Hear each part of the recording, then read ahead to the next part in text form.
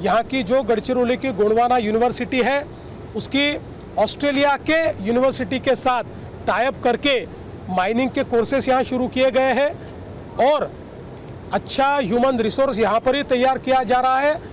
और केवल यहाँ पर स्टील की इकोसिस्टम नहीं तो उसके साथ साथ अच्छा अस्पताल, अच्छी स्कूलें ये भी खोली जा रही है।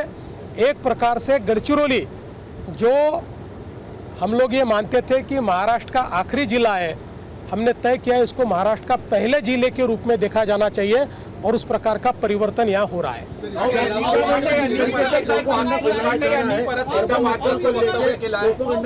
देखिए ऐसा है कि अभी गढ़चिरौली धीरे धीरे माओवाद से मुक्त हो रहा है। प्रधानमंत्री मोदी जी के नेतृत्व में और हमारे अमित भाई के नेतृत्व में अब बंदूक लेकर माओवाद करने वालों की महाराष्ट्र में गढ़चिरौली में संख्या बहुत सीमित रही है, बस उंगलियों पर गिनने लायक रही है। जो जंगलों में छुपे हैं, मैंने तो उनको भी आज अपील की है कि वो लोग भी मुख्य धारा में आ जाए।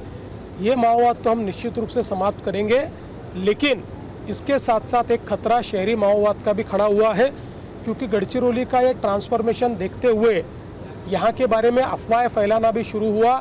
बीच में एक सोशल मीडिया कैंपेन हमको देखने को मिला कि जिसमें ये कैंपेन था कि गढ़चिरौली के जंगल काट दिए गए हैं, आदिवासियों की ज़मीनें छीन ली गई है, आदिवासियों को मारा गया है।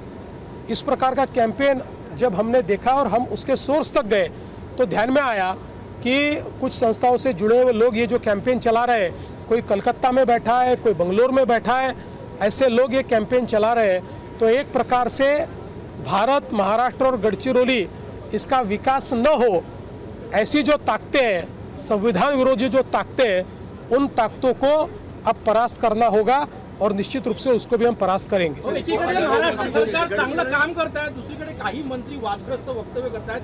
आज कोकाटे पुन्हा म्हटले की महाराष्ट्र सरकार भिकारी आहे। हे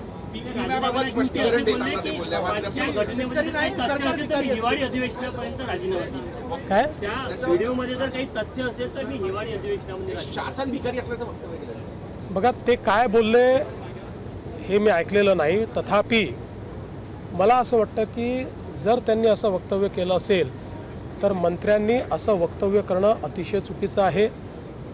पीक विम्याच्या संदर्भात आपण जाणीवपूर्वक निर्णय घेतला आणि त्याची पद्धती बदलली, कारण आपल्या लक्षात आलं की पीक विम्यामध्ये काही वर्षांमध्ये जरी शेतकऱ्यांना फायदा झाला तरी बहुतांश वर्षांमध्ये त्याचा अधिक फायदा हा कंपन्या घेत आहेत आणि म्हणून त्याची पद्धती बदलली।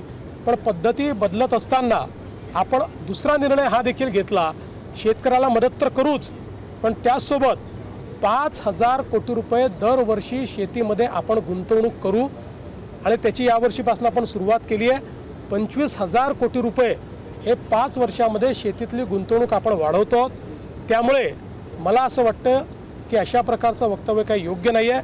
मी आजही सांगतो, देशातल्या कुठल्याही राज्याच्या मोठ्या अर्थव्यवस्था असलेले जेवढे राज्य आहेत त्या राज्यांच्या अर्थव्यवस्थेमध्ये आजही सगळ्यात चांगली, म्हणजे मी असं म्हणत नाही की आपल्याकडे खूप पैसा आपण श्रीमंत आहोत वगैरे, पण तुलनेनं विकसनशील अर्थव्यवस्थेमध्ये अतिशय उत्तम अर्थव्यवस्था ही महाराष्ट्राची आहे।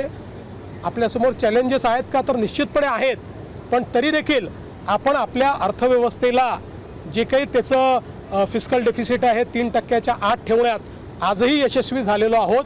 अनेक राज्य कर्जामध्ये 25%च्या वर गेले आहेत, फिस्कल डेफिसिटमध्ये जवळपास 4-5% चालले गेलेले आहेत। ही महाराष्ट्राची अवस्था नाही आहे। त्यामुळे आहेत त्या संसाधनाचा उत्तम उपयोग करून महाराष्ट्रातल्या जनाचं कल्याण करण्याचा प्रयत्न हे सरकार करतं। आता isakal.com आहे देशातील नंबर 1 ची मराठी न्यूज वेबसाईट। प्रत्येक अपडेटसाठी isakal.com ला नक्की भेट द्या।